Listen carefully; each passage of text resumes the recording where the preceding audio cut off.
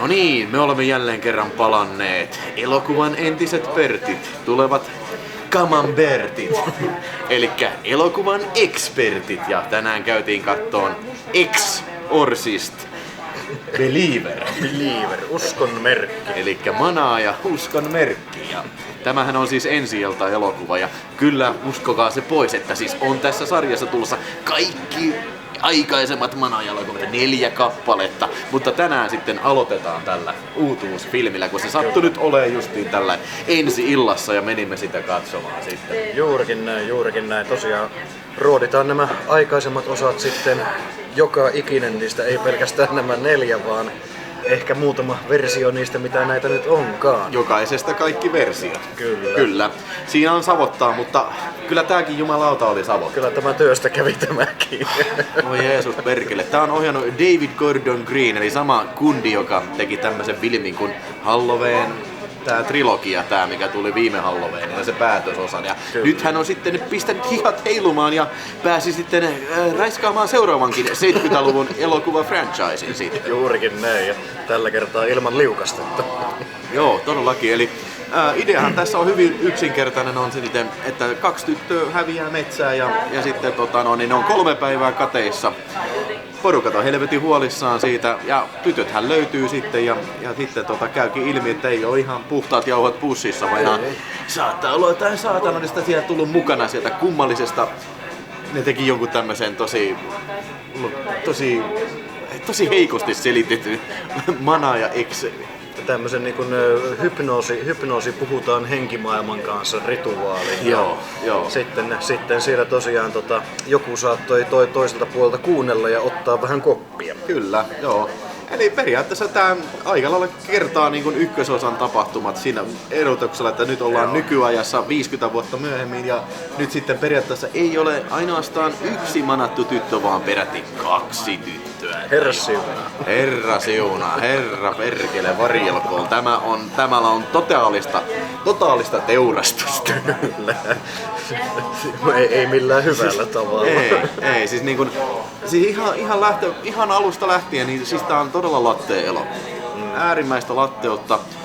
Tää kestää tosi kauan käynnistyä. Tää ei tarjoa missään vaiheessa mun mielestä mitään kauhean kiinnostavaa. Ei oikeastaan. Siis tosiaan niin kuin sanoit, niin tämä toisintaa tosiaan ensimmäisen manan ja peruskaaren siinä suhteessa, että ensin pohjustetaan päähenkilöt, sen jälkeen tapahtuu jonkun tämmöisen henkimaailmakontaktileikin välityksellä tapahtuu sitten jonkunlainen haltuunotto, eli riivous, ja se alkaa sitten eskaloitumaan, kunnes lopussa kasataan rivit ja ruvetaan heiluttelemaan rysiviksia niinkin sanoakseni. Joo, kyllä.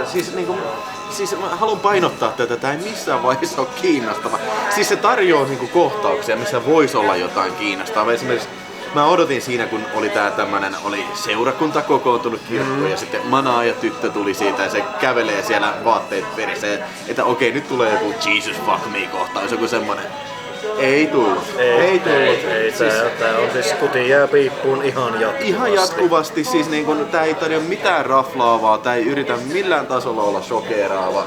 Ei, siis vittu täysin justiin tämmönen studiomiesten kehittelemä elokuva. Ja tiesitkö sitä, että Universal Pictures, joka tämän filmin on tuottanut, niin maksoi kuulemma $400 miljoonaa tästä Warner Brosille tästä Manaa ja elokuvan oikeuksista. Ja money well spent. Money well spent, nimittäin mä en tiedä mitä tää elokuvan tekeminen on maksanut, mutta vittu kyllä tappiolle tulee jäämään. Siis siinä on iso mahdollisuus siihen, Joo, ja siis tässä on vähän samanlaisia lapsellisia juttuja, mitä tuossa oli myös siinä niissä Halloween elokuvissa, siinä kun kylän miehet kokoontuvat ja sitten yhteistuumin sitten päättävät ryhtyä taisteluun pahuutta vastaan ja ei juman kautta se oli niin lapsellisesti ja kornisti tehty. Joo, se mitä niin kuin aikaisemmissa manajoissa on kumminkin kaikissa, jopa niissä huonoimmissakin on ollut kumminkin tämä, että sitä kaikkea junaturmaa tai mestariteosta vuoron perään niin on tosiaan kannatellut kumminkin hyvät näyttelijät. tässä ei ole edes sitä, vaan tää on tosiaan nimenomaan ihan täyttä taukkaa alusta loppuun asti. Huonoa dialogia, huonoa näyttelijän työtä ja ennen kaikkea todella latteita kohtauksia ilman minkäänlaista kunnollista pointtia. Joo, siis niinku kaikki nämä elokuvan näyttelijät on siis totaalisia karismatyhjiöitä kyllä, että ne imee suorastaan ne, tiedätkö, kaiken puhdin, jos siinä jotain semmoista olisi ollut, niin se olisi imeytynyt viimeistään näiden näyttelijöiden mukana kyllä niinku suoraan viemäristä alas. Ja vittu, ne niin tyhmät ne niinku tämmöset jumpscareit, mitä siinä elokuvan alkupuolisko viljelee niinku tosi innokkaasti siinä. Joo, siis nimenomaan juurikin tälle, että jos ajatellaan, että nyt ollaan tekemässä 5. Manaaja-elokuvaa, niin hyvänen aika, mitään Manaajassa ei koskaan ikinä ole ollut. No 5 pennin jumpscareja, tosi paljon. Joo, siis työnnetään niitä sinne shaky camia, tiukkoja lähäreitä. Kaikki oikeastaan, mikä niinku modernissa Hollywood-kauhuelokuvassa on pielessä. Se on jotenkin niin kuin onnistettu tiivistään tähän kyllä niin kuin varsin tehokkaasti. Kyllä, juurikin ja näin. Sitten tosiaan päästään tähän viimeiseen manaukseen sitten, että se on se viimeinen puoli tuntia about, mitä tässä on manausta. Niin sehän on sitten ryytelty CGI-efekteillä ja sitten kaikennäköisillä tämmöisillä niin kuin visuaalisilla vippaskonsteilla, mitkä niin kuin viimeistelee sen, että niin kuin, kyllä. Jos joku oli sillä, että niin kuin, oi, tää on kyllä tunnelmaikas filmi, niin viimeistään siinä vaiheessa se menee kyllä, niin kuin, tää fiilis kyllä niin kuin menee. Karkaa lopullisesti kädestä, joo. Joo, todellakin siis niin kuin. Ja tosiaan ylipäätään nämä hahmotkin, mitä elokuvassa on, niin tosiaan mennään ihan sieltä yksinkertaisimmasta mahdollista kaavasta, mitä vaan löytyy, eli ei edes yritetä missään vaiheessa tehdä jotakin poikkeuksellista, vaan meillä on evankelista hihkulit, meillä on jostain kumman syystä eteläosavaltion aksentilla Kaliforniassa puhuvia tyyppejä.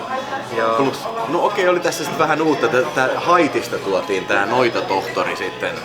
Että niin se oli varmaan niin se omaperäinen idea. Ehkä se just yksi murunen originaalisuutta siinä suhteessa. Joo, ja sekin oli periaatteessa, on nähty jo Manaaja 2, kun mennään Afrikkaan ja tälleen. Tässä näkyy taas tämä Gordon Greenin lapsellisuus elokuvan tekijänä siinä suhteessa, että aina kun se lähtee työstämään tämmöistä tunnettua kauhusarjaa uusiksi, niin se ei vaan malta jumalauta olla viittailematta niihin vanhoihin osiin temaattisesti aivan jatkuvasti. Tässä oli just se tyyli, no totta kai Ellen Burstyn on saatu sinne mukaan. Joo, mitä se on 90? Ish joo, tai semmoista. Ja sitten on tyyli just Manaaja 2 tämä hypnoosihomma ja tää voodoo-henkinen puoli, eli siinä missä 2 oli Afrikassa, niin nyt ollaan Haitissa. 3 mielisairaala-aspekti oli siinä mukana ja voi herra isä taivas. Joo, siis niin kuin, tämä oli pitkäveteinen, tämä oli tylsää, tämä ei kertonut oikeastaan yhtään mistään, varsinkaan mistään uudesta, mitä olisi tää voinut tuoda tähän franchiseen. Siis nimenomaan tämä on ehkä tämä elokuvan suurin synti, se on turha. Täysin turha elokuva. Ei jopa Rennyn Manaajakin oli enemmän tervetullut kuin tämä. Joo, ja siis ne oikeesti ne runkmaisterit, jotka tän on tehnyt, saatana. Ne oikeesti kuvittelee tekemänsä 2 elokuvaa vielä tästä. Tää on pakko olla trilogia. Tässä ei oo mitään. Tässä ei tarinaa edes häin tuskin edes niinku. Tässä on ehkä. Eikö tää tuntunut semmoista pitkään? No siis sanotaan nyt näinpä, että mä mietin koko ajan, että tää on varmaan yli 2-tuntinen elokuva. Todellisuudessa kesti varmaan kuin tunti 40 minuuttia tai jotain. Tunti 50 olla se pituus. No joo. Mutta siis tää tuntuu pitkältä ja siis niinku mun mielestä tarkoitan sitä, että tässä olisi ollut niinku paljon karsimisen varaa. Aivan. Alusta ja sieltä lopusta niinku vähän niinku eteenpäin menkää nyt siihen asiaan, koska niinku paljastakaa nyt ne korttine, koska siellä ei ole mitään kiinnostavaa. Juurikin näin, että siis niinku leikatkaa se 20 minuuttia elokuvasta pois ja tehkää tästä exploitaatiota, niin silloin tää on edes rehellistä exploitaatiota, eikä tätä modernia jyystämistä niin sanotusti. Jos tää olisi ollut justiin sellainen Expendables, The Exorcist Pendables, Niin kuin se vähän vaikutti siinä yhdessä vaiheessa, kun ne tuli ne tyypit kokoontu siellä kirkossa, niin kuin näytettiin sellainen coolisti ne saapunut. Ei vittu. Mutta olis nyt mennyt edes niin, olis nyt edes mennyt tähän naurettavuuteen, mutta kun ei. Onhan Manaja nyt hyvänen aika vakavasti otettava elokuvasarja, niin eihän sen kanssa nyt perseellä voi. Ei tietenkään. Sen vaan voi tehdä toistuvasti huonosti. Niin. No okei, kysytäänpä vielä loppuun tällä lailla, että oliko tässä sun mielestä mitään hyvää tästä elokuvasta? Ei. Siis ihan rehellisyyden nimissä on sanottava, että ei. Siis siinä oli ainoa hyvä puoli, mitä mä keksin tästä, oli se, että siellä oli muutama idea, mikä oikein jalostettuna olisi voinut mennä ihan mielenkiintoisuuksiin asti, mutta täysin kyvyttömän porukan näpeissä tämä kaikki kuittuu käteen ihan niinku tosta noin vaan, ja mitään hyviä elementtejä ei viedä ensimetriä pidemmälle, ei niinku yhtään mihinkään. Ei todellakaan, ei vesitetään vaan ne vanhatkin. Joo, näin se just on, ja jos mun pitää sanoa, yrittää keksiä väkisin jotain hyvää, niin mun mielestä tää niin Tuburol pelstää tämmönen uudelleen tulkinta. Se oli ihan kivan kuulonen biisi. Niin. Ihan kivan kuulonen biisi. Se oli lopputeksteissä ehkä pari kertaa siinä elokuvan aikana. Joo, ja siis siinäkin oli lähinnä se, että mulle itse tuli lähinnä mieleen se, että no okei, eikö teillä ollut rahaa Tubular Bellsiin, kun piti tehdä uusiksi. Ja se oli ihan kiva, mutta...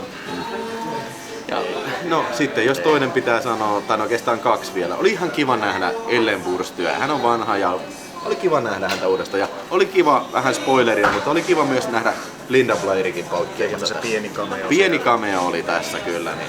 Se oli ihan kivat, mutta vittu muuten 1 tähti, ei missään, millään järjellä ei pysty antaa enempää siis. Niin Herra Jumala, älkää menkö katsomaan. Älkää ainakaan rahaa maksako tästä. Ei siis.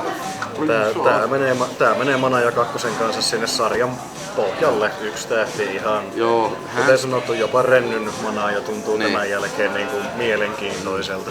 Joo, mutta hei, niitä filmejä me katsomme sitten seuraavalla kerralla lisää, joten on tulossa Manaja superspektaakkeli. 2 tunnin extravaganza-jakso, joten sitä et halua missata. Eli pistähän kanavaa tilaukseen ja nyt sitten jos sulla on jotain kysyttävää, niin kysy siitä kommenttikentässä ja paina tykkää jos tykkäät siitä, että me kidutamme itseämme katsomalla Manajan kaltaisia paska-elokuvia oikein elokuvateattereissa asti. Me katsomme, jotta teidän ei tarvitsisi.